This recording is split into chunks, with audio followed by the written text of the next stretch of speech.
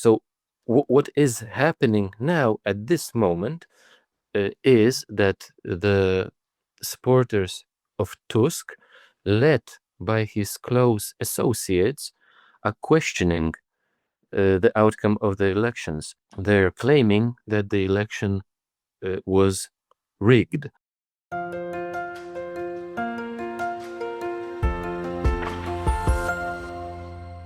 Hello, everybody. This is Pascal from Neutrality Studies, and today I'm talking again to Artur Ciechanowicz, a journalist, international affairs expert, and a former reporter for the Polish newspaper PAP in Berlin and Brussels. Artur covered the recent presidential elections in Poland, and although that is already over a week ago, this topic fell a bit by the wayside, and I thought we should still discuss it now. So, Artur, welcome back to the channel. Thanks very much for the invitation. Very glad to see you again, Pascal. Thanks for coming back, and also you sent me your article that you wrote about this election, and the the person who won is not the person who was favored by the current ruling party. It's the person of the former government, and somebody who in general in Europe is being described as a populist and nationalist. So I would like to hear your assessment of what we've seen happening in Poland. Yes, that's absolutely correct. The opposition candidate won the second round of the elections, defeating the liberal candidate, the mayor of Warsaw, and the candidate of the ruling party and the ruling coalition, Rafał Trzaskowski. Just a small caveat, when we are talking about the political divisions in Poland, obviously we are using the terms like liberal, left, conservative, right. And these terms more or less describe these divisions, but they do not explain their depth and their origins. So, oversimplifying, these elections were about who is ashamed of Poland and Polishness and who accepts Polish identity and Poland as a sovereign country. As I said, it is an oversimplification, but it's not a big stretch. And these two attitudes are the substructure, and the superstructure were these two candidates. Rafał Trzaskowski, the liberal candidate, was presenting himself as a sophisticated, cosmopolitan, immersed in a French civilization, French culture person, while Karol Nawrocki, he's the chair of the Institute for the National Remembrance. Well, his biography is of a kind that many ordinary Poles can relate to. He was born in a rather poor family. He did not profit from any advantages connected to his parents, like Trzaskowski did. He started boxing in his as a teenager. Then he worked physically as a security officer in one of the hotels, but then he went to the university. He wrote a PhD, and he has become a civil servant. And as I said, many people could relate to this biography, maybe not 100%, but it symbolizes the path, the way the Poland and the Poles made in the recent 30 years. And he won the elections by a small margin, it was 55% to 48, more or less. So it's a really slim margin. But we had 2 rounds of the elections. And the first round was actually more revealing than the second one, because it reflected other divisions within the Polish society. For example, it turns out we have 3 right-wing parties. One of them being Peace, obviously, like PIS. PIS, yes. Center right, then Confederacja. It's like more to the right, but also with a very strong libertarian side. And Grzegorz Braun party, he's a politician who started with Confederacja, but then their ways parted.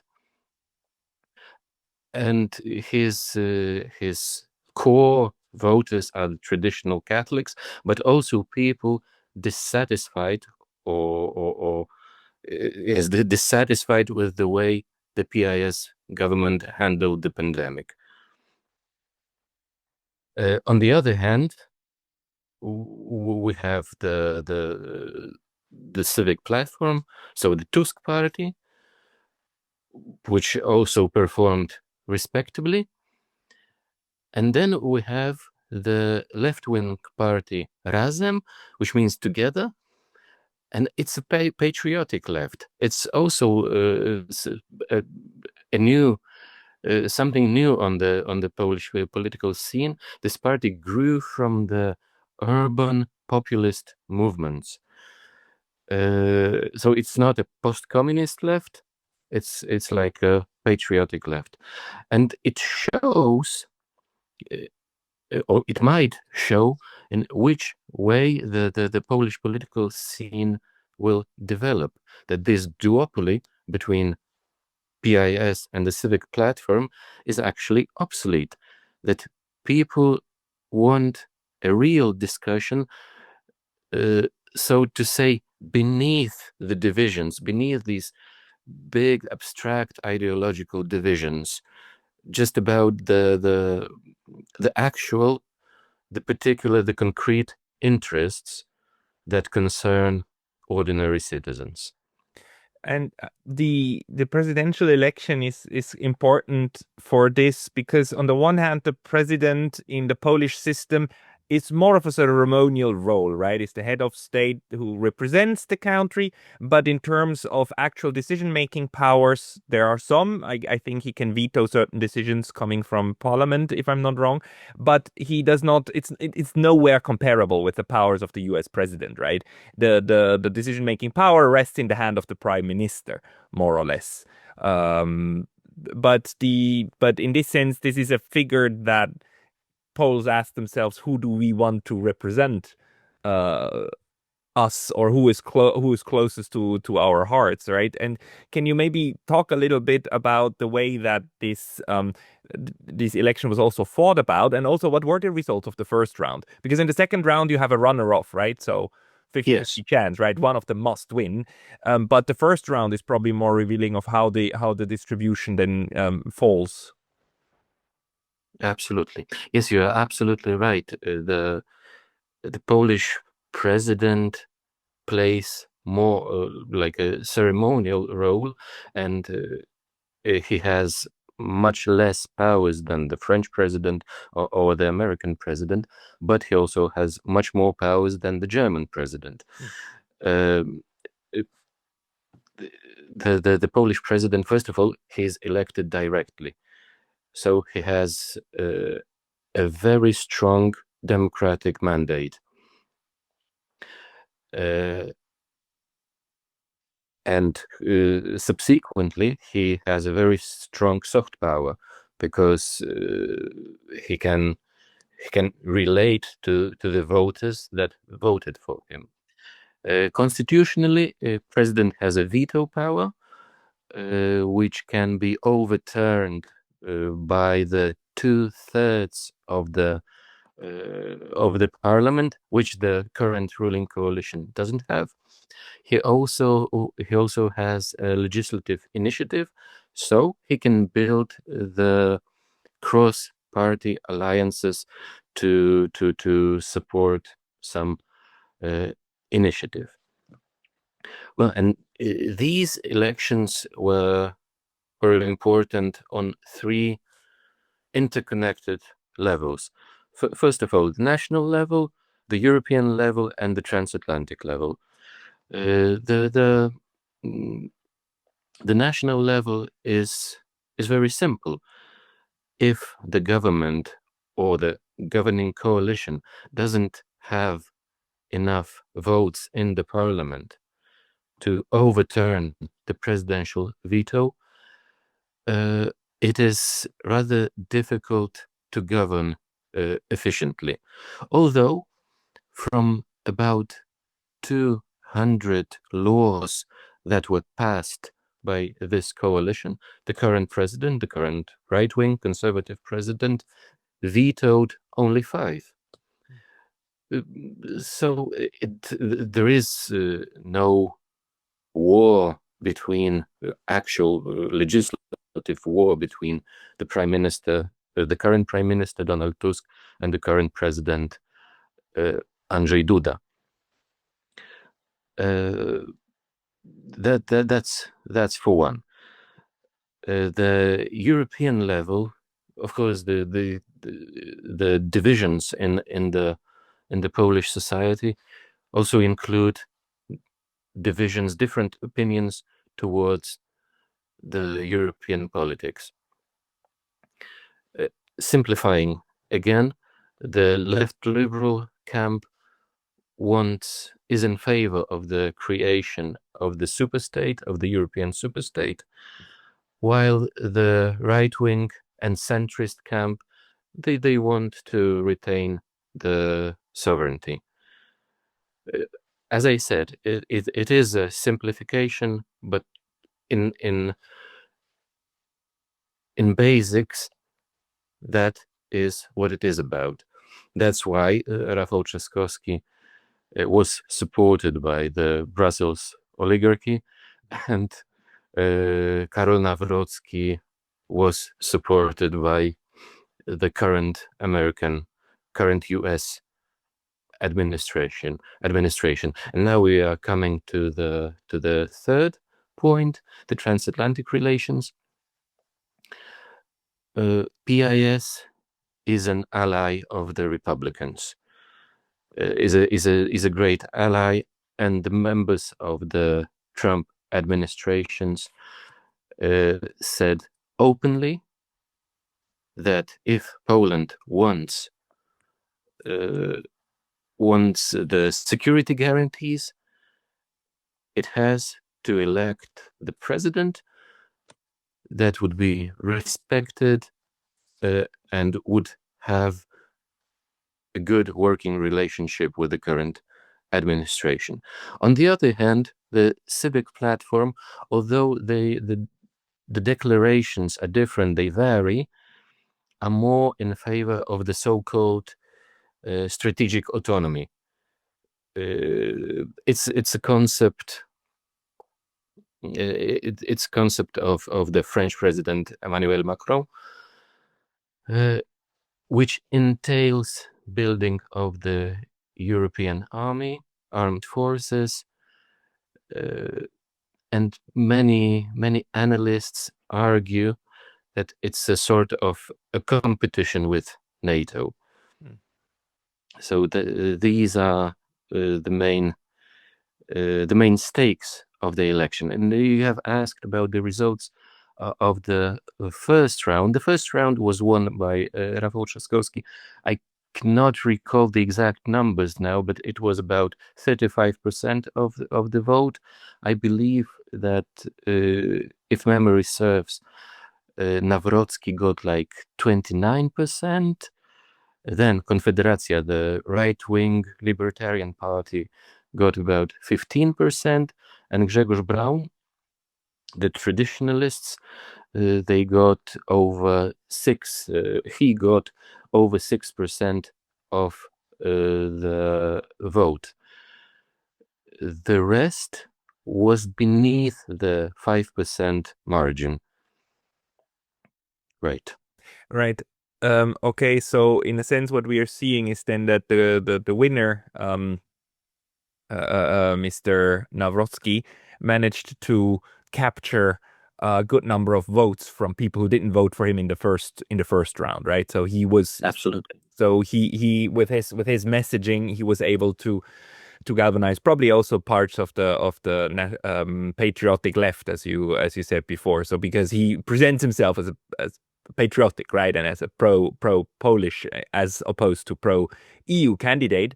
The interesting thing is the role of the United States. And, I just read a very short article before we talked in Politico, where your foreign minister, Mr. Sikorski, the transatlanticist husband of Anne Applebaum, Mr. Sikorski, actually says he's optimistic about the role of Mr. Nawrocki because he is the favorite candidate of the Republicans. He's the favorite candidate of the Americans, and he will apparently, in the interpretation of Mr. Sikorski, help build or continue a positive relationship with the US, which they then also take as in a pro-war in Ukraine position, which Mr. Sikorski and Applebaum heavily favor for their neoconservative agenda. Do you think that this assessment of Mr. Sikorski is correct? It's complicated because, first of all, Sikorski has a very special position within the civic platform. He's actually not a typical member, not a typical politician of the civic platform, and he has always competed with Donald Tusk. That's for one. Second thing, he always presents himself as a kind of conservative in this British meaning, or he studied at Oxford or Cambridge University, I can't remember now. And well, he's obviously well-mannered and cultured, which is also constitutes a difference with many of the civic platform politicians. And basically, he could be accepted by parts of the conservative electorate in Poland. Third thing, he's one of the few members of the current government and of the civic coalition who understand the state and the importance of sovereignty, at least on the declarative level. He really understands the mechanisms of the state and of the foreign politics. He has an instinct for this. What I mean, to put it bluntly, he actually, from his background and from his convictions, he doesn't actually belong to the civic coalition. But various personal reasons led to the situation we have now. And answering your question, well, yes, Nawrocki as a president will help to maintain this this partnership with the US, but Donald Tusk's government has a very difficult relationship with the US and the Donald Trump administration, because Donald Tusk was suggesting that Donald Trump is a Russian agent. Well, I mean, he before Donald Trump was elected. So it's actually impossible for Tusk to have a reasonable relationship with the American administration. But as far as Ukraine is concerned, again, it's complicated, because it was one of the subjects of the elections campaign. and Nawrocki distanced himself from the previous policies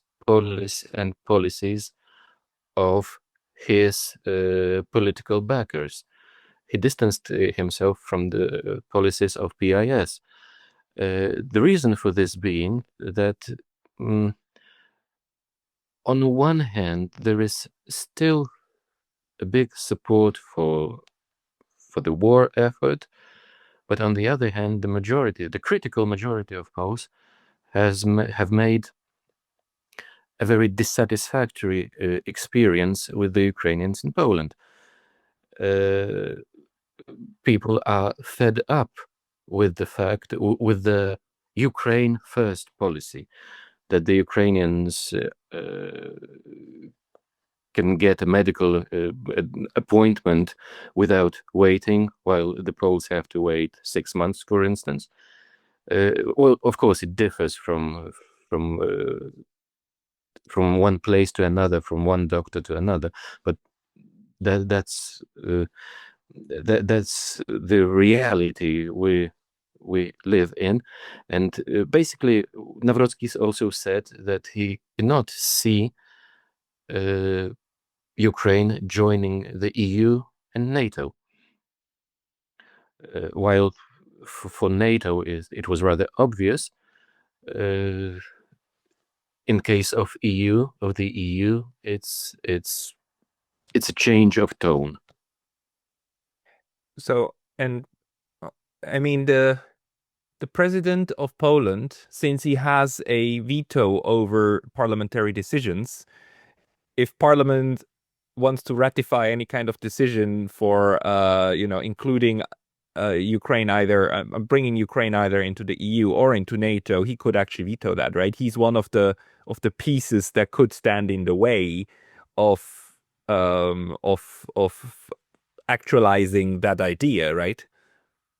Absolutely. He's also responsible for constitutionally, he's responsible for the defense policy. So he has the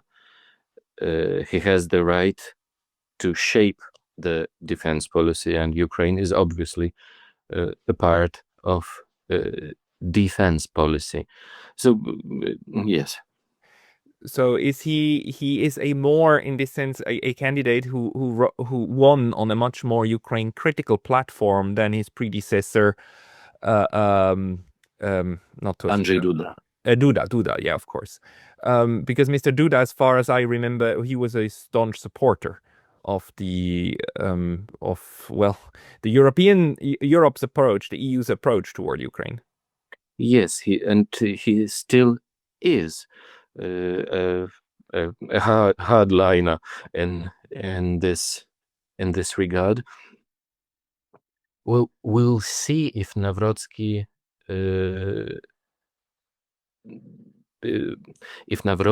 actually does what he promised to do. But it seems that first of all, he understands what people want in regard to Ukraine. Well, as I said, on one hand, people understand that the Ukrainians are fighting a war, are trying to fight off the aggression. But on the other hand, it's very interesting. It's a very interesting and paradoxical country, this Ukraine, because on one hand, in some respects, it is and was a failed state. It was a kleptocratic oligarchy. On the other hand, their elites are educated in this old Soviet style, in this imperial thinking. And if you look at how they act in the world policy, there is actually this imperial thinking. They are present in Mali, in Africa, in Syria. They helped to topple Assad. Actually, they played a crucial role in toppling Assad, because they have good working relationship with Turkey, and they provided the know-how of how to use the drones. And this imperial attitude, it also shows in the relations with Poland. They don't care about Polish interests. They don't care about the fact that Poland is helping them. They don't care that our transport companies and agriculture suffers heavily from the unjust competition with their agricultural sector and their companies. And the price of labor in Ukraine is not like 50% lower. It's it's couple of times or several times lower than in Poland, because they have learned to omit the existing, very flexible Ukrainian laws not to pay taxes. For instance, if you run so let's say a bar in Ukraine, a pub, then you as an owner, you do not employ people. You do not employ the barman, the chef, and all. They are self-employed, and it's funny. The barman, he on a paper officially, he buys the drinks from you and then resells them to the customers. Really?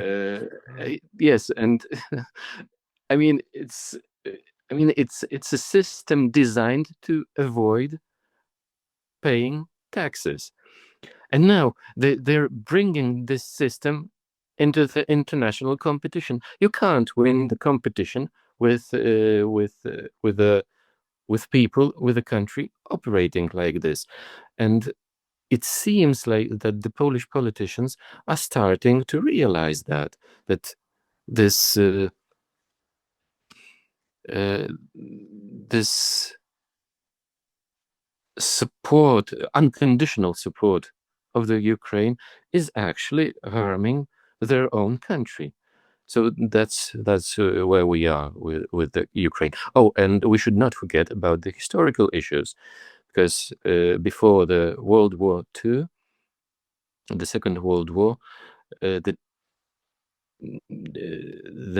territory of Poland was much bigger, and it extended to the regions that are now Ukraine.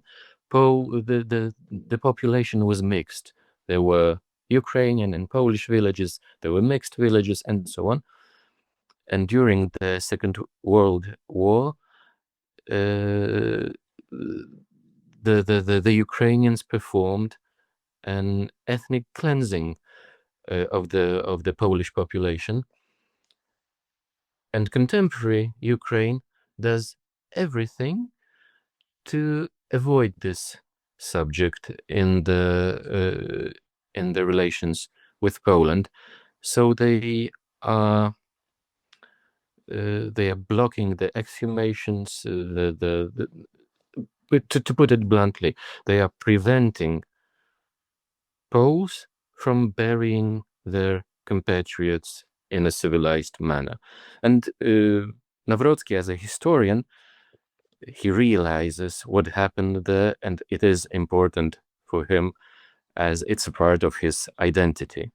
So that's where we are with the Ukraine.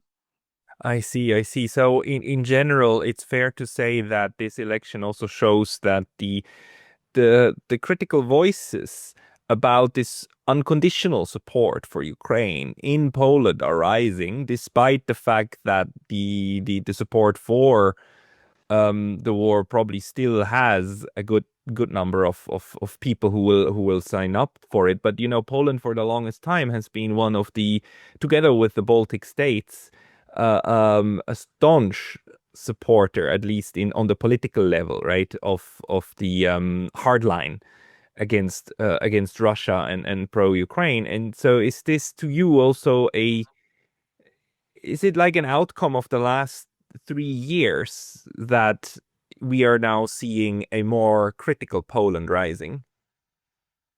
Yes, absolutely. Of course. As I said, war in Ukraine was one of the important subjects, one of the most important subjects of the campaign. But you know, uh, when we're discussing Ukraine, it is impossible not to discuss Russia, and Poland is very often accused of Russophobia, which is, in my opinion, not true. If you look at the first PIS government in 2005, 2007, they were neutral.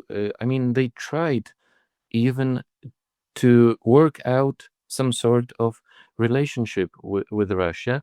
It was Russia that didn't want it, and for instance, put an embargo on Polish agricultural products without any reason. So and I recently listened to an interview with Jarosław Kaczyński, already the chairman of the PIS party, already after the elections. And what he didn't expand on Russia, but what he said was reasonable. He said, we do not want to be at war with Russia, whether it's a hot war, or is it a cold war, or is it a diplomatic war. It's not in our interest. But Russia has to understand that we are a sovereign state, and that we are shaping our politics according to our understanding of our national interest. That's it.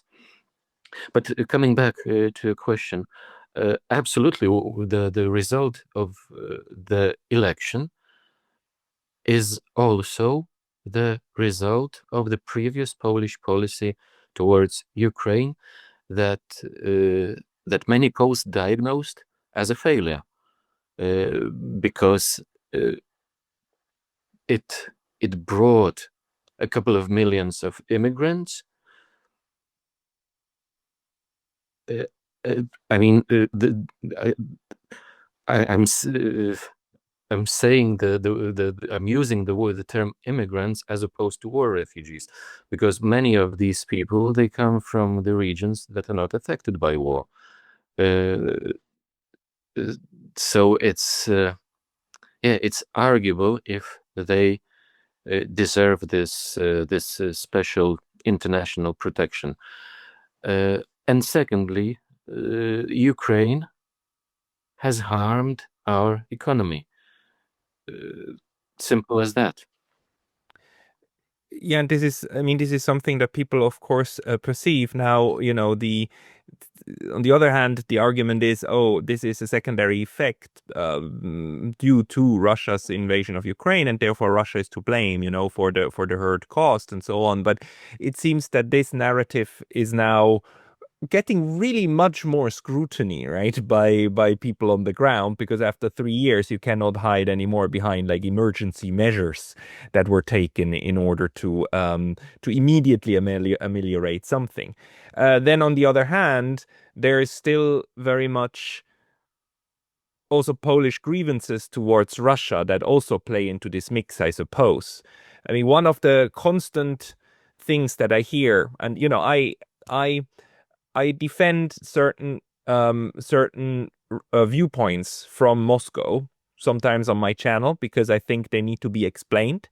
But one of the things that I constantly hear, and I think it's a fair criticism, is that Russia is not quite aware just of how heavy-handed it looks to its former periphery. It's also something I hear from my Mongolian friends who say, like, yeah, the Russians, they never care about what we think. They just do stuff. And suddenly the Russian president just announces that he will be in Mongolia. And Mongolia is a signatory to the ICC, so should actually arrest Vladimir Putin. But of course you cannot. Of course you cannot. Therefore, Russia can use this as a very convenient way of displaying geopolitical realities. And this is probably one of the grievances that Poles also have but apparently when it comes to Russia and when it comes to Ukraine, of this kind of disregard for Polish interests. Is that fair to say?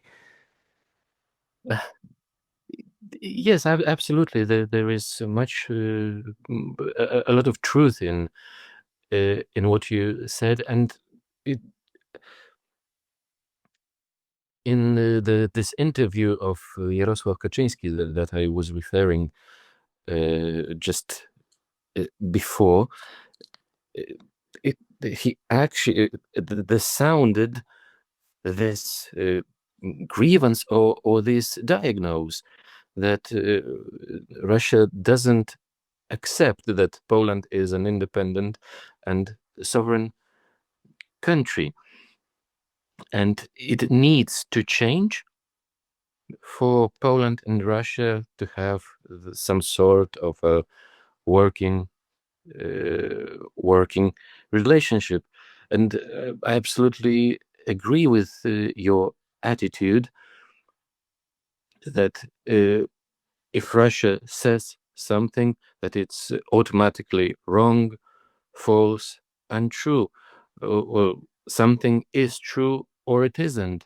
It doesn't depend on the source of of yeah, exactly. So yes. Yeah, so these things need to be weighed against each other, but maybe just in as a way of conclusion, like what is your prediction about what this election also does? Because I remember our last discussion, you explained to me how the current ruling party, how Mr. Tusk is undermining the democratic process actually inside Poland, also through the judiciary and other places that now get much less attention. They got a lot of attention during the PIS government but now they get much less. And so in a sense, the election of your president is also a veto, a little bit of a veto on the Tusk government.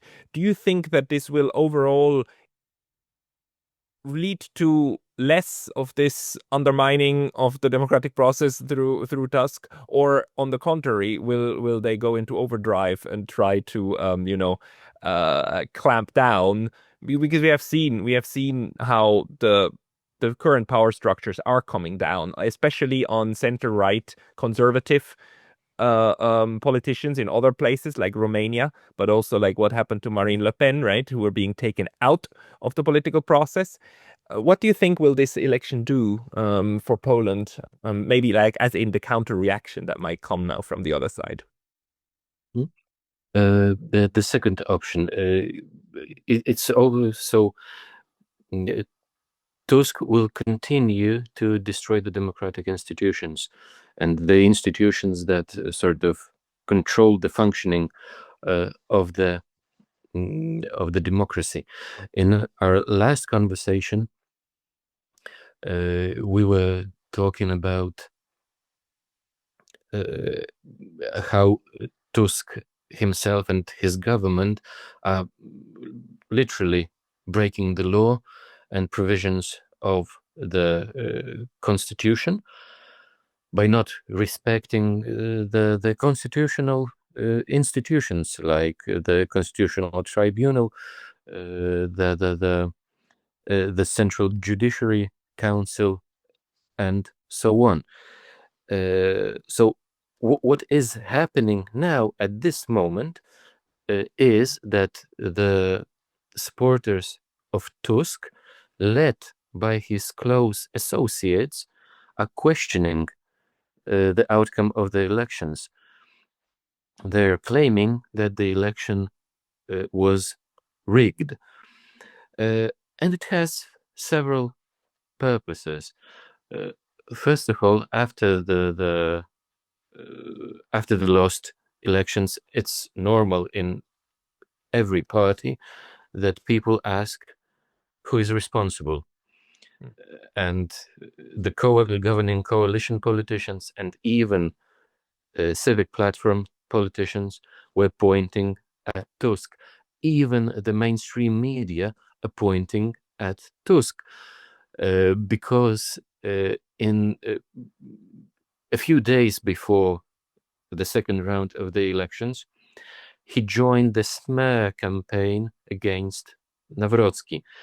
It all started with an article published by Onet.pl. It's a news portal, a news site owned by the German publisher Axel Springer. They published an article alleging that when Trzaskowski was a security officer in one of the hotels, he was delivering escorts to the hotel guests. The article was based on anonymous sources, witnesses.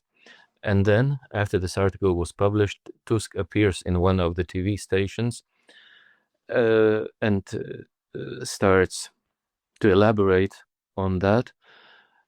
And as a witness, he names a trash streamer, a pathological liar, a freak fighter, who was even too cringy for the freak fights, because one of the federations organizing the freak fights has fired him, this freak fighter. And for Tusk, he is a credible witness. So people saw that this smear campaign has no actual grounds. And after the elections, they started, the politicians and the media, they started pointing fingers at Tusk. So he's fighting for his at least political survival, and his close associate, a very controversial lawyer and an MP, member of the parliament, Roman Giertych, is organizing an internet campaign that is claiming that the elections were rigged. Just imagine, it would be the first time in the history of the universe that the opposition party has rigged the elections. An opposition party deprived of financing, deprived of media, has managed to rig the elections. Just to understand, so you told me that Tusk, who is the leader of the governing party, joined this smear campaign, and that didn't work. And now that the opposition guy won and won the presidency, now they're still claiming that there were irregularities. Despite the smear campaign and everything. So the smear campaign was not the problem. That was not the rigging. The rigging happened still in another place. And let me guess, were the Russians involved? Of course they were. Of course they were. How could it be otherwise? At this point, nobody needs the Russians more than all the European governing parties. I mean, without Russia, you would be out, right? No more legitimacy, no more Russian interference. This would be the end of Europe if Russia went away tomorrow. Yeah, absolutely. I was joking already a long time ago that if Russia did not exist, the Europe should create Russia or fund Russia, because otherwise, whom would they blame for their own failures? But this discussion about election rigging, is this a serious one, or is it just, a little chatter? Because it seems to me the last week we haven't heard any serious attempts of undoing the Polish elections. Or is there a chance? Is the judiciary in any sense now involved? Is this gathering steam? It is serious, because even the current president, Andrzej Duda, has written on a tweet on X platform that the the left and the liberals are trying to rob the Polish people from their victory. And after that, two coalition partners of Tusk also published their tweets saying more or less that every election irregularity must be scrutinized, but there are no grounds to claim that the elections as such were rigged. So even they are taking this matter seriously. But what's happening is very consistent with Tusk's political style. He's ready to set Poland on fire just to protect his own interest. And I mean, it doesn't matter if they elect. It doesn't matter to him if he succeeds in this campaign, or that actually he's already succeeding, because nobody is talking about his failures. Everybody is talking about that some group of voters is demanding that the election be repeated. So, and the fact that the society is getting more and more divided and polarized, is of no interest to him. Actually, he's very adept at polarizing the Polish society. It's, I mean, maybe it's an ethnographic historical peculiarity, but after the elections in 2005, when he lost the presidential elections to Lech Kaczyński, the twin brother of Jarosław Kaczyński, he actually revived this division between post-solidarity and post-communism. And this division is still there. Of course, it has mutated. It has different forms, but actually this division is still alive. The post-communists, who are ashamed of being Polish, who in the times of the Soviet Union were always looking towards Moscow. Now they switched loyalties, and they're looking toward Brussels. Yeah, absolutely, Brussels and Berlin.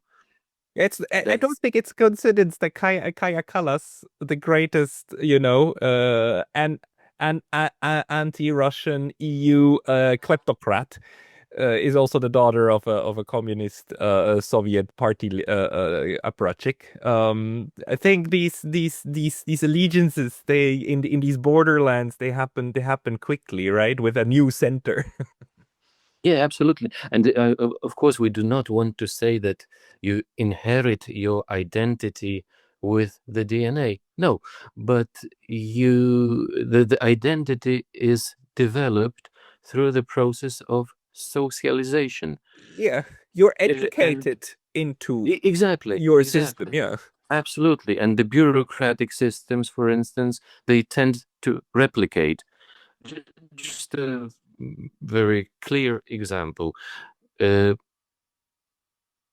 After the fall of the Berlin Wall, the changes in the Eastern Europe, the judiciary system in Poland remained actually intact. It just stepped from the communist system, from the totalitarian system, to the democratic system. And it's a rhetorical question to ask whether the old judges, in which way the old judges educated the new judges.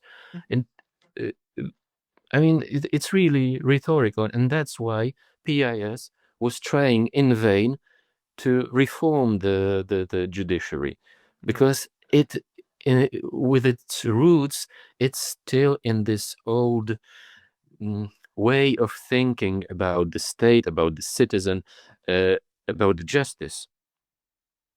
it is. Artur, this was a very insightful and useful explanation. Thank you very much for that, because it's not that easy to get insight into the Polish political process for like just looking at Poland, like among all the other states that we've got to look at in the European Union. But it's definitely a pivotal one. People who want to read from you, Artur, where should they go? I'm writing for the European Conservative in English, and I also write for DGP in Poland and Business Alert in Poland. Okay. I will try to put the links into the description. Artur Ciechanowicz, thank you very much for your time today. My pleasure, Pascal. Oh, always glad to appear on Neutrality Studies. It's an honor. Thank you.